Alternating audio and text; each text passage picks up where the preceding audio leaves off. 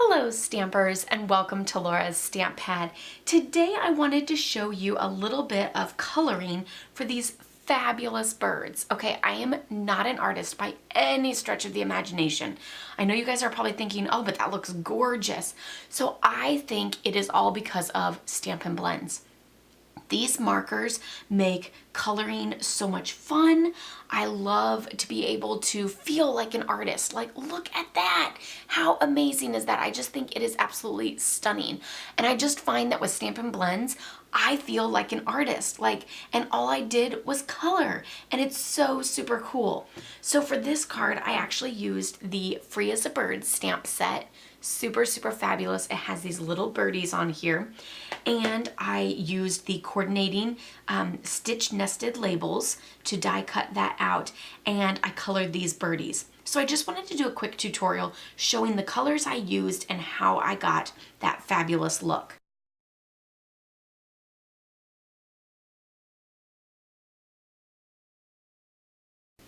So these are the colors that I used. I actually used, I'm gonna bring this back in. I used Pool Party for the flowers here. And I used light and dark Calypso Coral, light and dark Soft Suede, and then dark Crumb Cake. So I'm gonna set this aside. I actually zoomed way in so that you guys could actually see me coloring. So we're not gonna be able to have everything on screen at the same time. So to start, I'm gonna go ahead and do the branch, which the branch I actually did in the dark Soft Suede, as well as the flowers in Pool Party.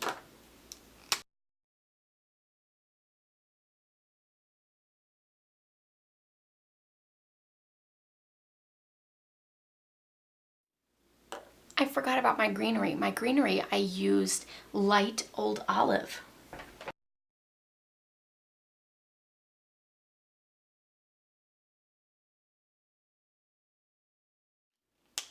Okay, so there we have our branch and our little flowers. So there's nothing really special there.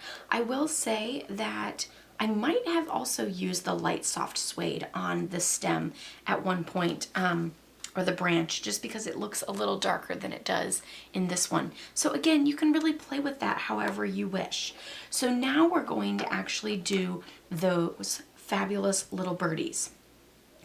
I started with the beak being the dark soft suede. And then you'll see that there's like a line for the bird up top, like goes right across the bird's eye. And that is what I used with the light soft suede. And I just did the entire top there above that line.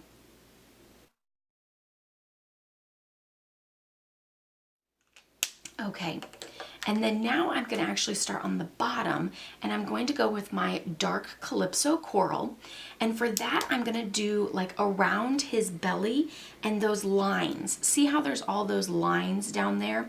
So I'm going to mostly focus on those lines, and I'm just going to kind of roughly add some color.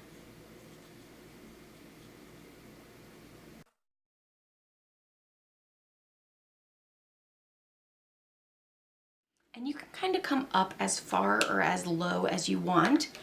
Now I'm going to come in with some light Calypso Coral and just bring it up a little higher and go into that dark Calypso Coral. So just kind of in a little bit of a swirly motion, just kind of go back over that dark Calypso Coral and come up.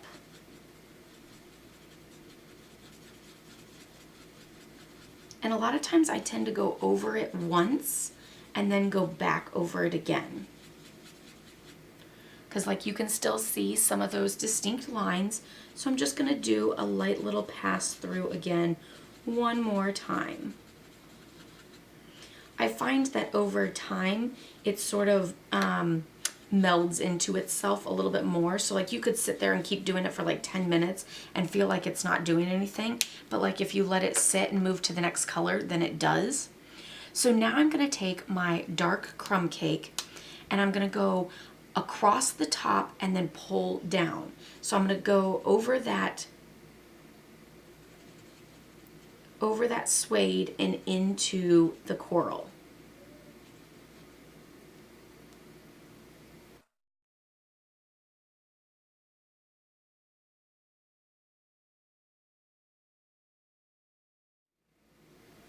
And then I'm gonna go back through with that light coral and just go over those lines where the crumb cake meets the coral and just soften that a little bit.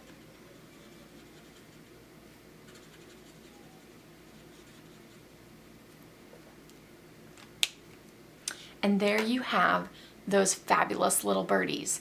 So I also realized that in my original, I actually used light crumb cake. So I was all over the place with my different colors on this one, but you can see that it's still such a fabulous image there with those birdies. So I'm gonna show you this one.